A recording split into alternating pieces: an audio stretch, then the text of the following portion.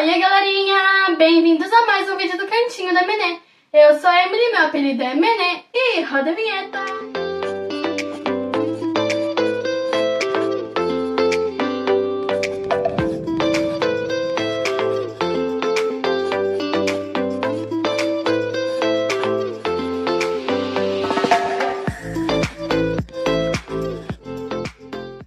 Pessoal, a lição da semana tem como título a Arca da Aliança. O verso para memorizar diz assim: por causa do teu grande amor, entrarei em tua casa, adorarei em teu templo com profunda reverência. Salmo 5, verso 7. A mensagem central diz assim: respeitamos e honramos a Deus pela bênção de sua presença em nossa vida. Imagine uma história da Bíblia em que uma pessoa tentando ajudar morre instantaneamente ao tocar um objeto extremamente sagrado. Nesse episódio, muitas pessoas ficam aterrorizadas e com medo, e o evento que estava acontecendo é cancelado temporariamente. Mas que história é essa? A história de Uzá, filho de Abinadab, que tocou a Arca da Aliança sem nenhuma permissão ou sequer reverência. A lição da semana está baseada lá em 2 Samuel do 6 do 1 ao 15 e 1 Crônicas 15, 16. Bora lá? Vocês se lembram que o povo filisteu era muito inimigo do povo de Deus, e eles estavam o tempo todo guerreando e batalhando. Em uma dessas batalhas, quando Davi nem era rei ainda, a Arca da Aliança foi roubada, depois que os oficiais levaram a Arca da Aliança para o meio da batalha, achando que trariam alguma sorte, como se a Arca da Aliança fosse um amuleto. Bom, depois desse incidente, quando a Arca estava com os filisteus perceberam que não tinha sido uma boa ideia trazer a Arca para a cidade deles, porque a Arca, como era de Deus, Deus enviou uma praga para matar os filisteus e para deixar eles assustados. Era uma praga de ratos, em que todas as pessoas ficavam com úlceras, todos doentes. Então, eles fizeram o seguinte: bom, se esse problema começou desde que a Arca chegou aqui, vamos nos livrar dessa Arca. E mandaram a Arca para a casa de um homem chamado Abinadab, que tinha 2 filhos.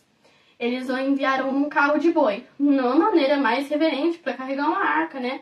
Mas eram os filisteus, pelo menos. Eles nem eram do povo de Deus e nem tinham nenhum conhecimento.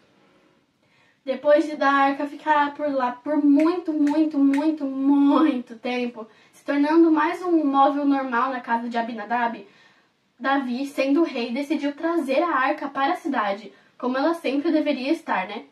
E ele montou uma barraca, um lugar muito bonito, porque Deus tinha dito que quem construiria o templo seria seu filho.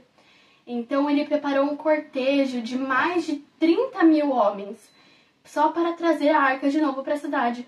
Mas ao contrário de obedecer às ordens de Deus, que era que os levitas carregassem a arca com 2 bastões que ficavam nas argolas da arca justamente para ninguém encostar nela, eles resolveram fazer que nem os filisteus e trazer a arca para a cidade num carro de boi. Nesse cortejo muito bonito, com música, um evento muito importante em que os israelitas estavam reunidos para trazer a arca de novo para a cidade, aquele tráfego era meio difícil, um lugar meio difícil de andar, com vários buracos na estrada, e os bois talvez nem estivessem acostumados com aquilo. E a carroça, o carro dos bois ia lá, aos trancos e barrancos. Os bois tropeçavam e o carro de boi parecia que ia derrubar a arca. Em uma dessas horas, Uzá, o filho de Abinadab, querendo ajudar, colocou a mão para encostar na arca e apoiá-la para que ela não caísse. O que Uzá tinha se esquecido é de que a Arca da Aliança não era mais um móvel comum que pertencia à casa dele, mas sim um objeto sagrado que todos deveriam tratar com o maior nível de reverência possível. Nenhuma das pessoas daquele evento estavam seguindo as ordens de Deus, inclusive Uzá, que colocou a mão na Arca da Aliança e morreu instantaneamente. A partir daquele ponto, Davi e todas as pessoas que estavam em volta ficaram aterrorizadas e cancelaram o evento. E a Arca da Aliança foi enviada para a casa de um homem chamado Obed-Edom. Pelo tempo que a arca ficou na casa de Obed-Edom, a família dele foi muito abençoada. E foi aí que Davi percebeu que a Arca da Aliança e as coisas de Deus usadas com reverência e respeito trazem muitas bênçãos. Então ele fez o seguinte: vamos trazer de novo a arca para a cidade, como era o que a gente queria fazer, como era o que Deus queria também, mas dessa vez a gente vai tratar a Arca da Aliança com o maior respeito possível. Eles então obedeceram às ordens de Deus de trazer com os levitas carregando pelas hastes, né, que eram colocadas nas argolas da Arca da Aliança, e era um cortejo muito melhor, eu imagino, um cortejo muito mais reverente, com música, louvores a Deus. E eles trouxeram então a Arca da Aliança de novo para a cidade e colocaram ela naquela tenda que havia sido preparada com tanto carinho, com tanto respeito e, é claro, reverência. A lição da semana vem mostrar pra gente que reverência é uma das coisas mais importantes na hora de louvar e servir a Deus. Quando servimos a Deus, quando fazemos coisas que Ele nos pede e quando ajudamos os outros, deveríamos estar sempre muito reverentes. A igreja, assim como a Arca da Aliança, é um lugar santo, um lugar separado, um lugar sagrado. E o dia de sábado é um dia santificado por Deus. Não devemos tratar nem o sábado, nem a igreja, nem qualquer outra das coisas de Deus de maneira irreverente, como Uzá fez, como sua família talvez deve ter feito por todo aquele tempo que a Arca da Aliança ficou na casa deles. Hoje, a lição da semana nos convida a tratar as coisas de Deus com a maior reverência.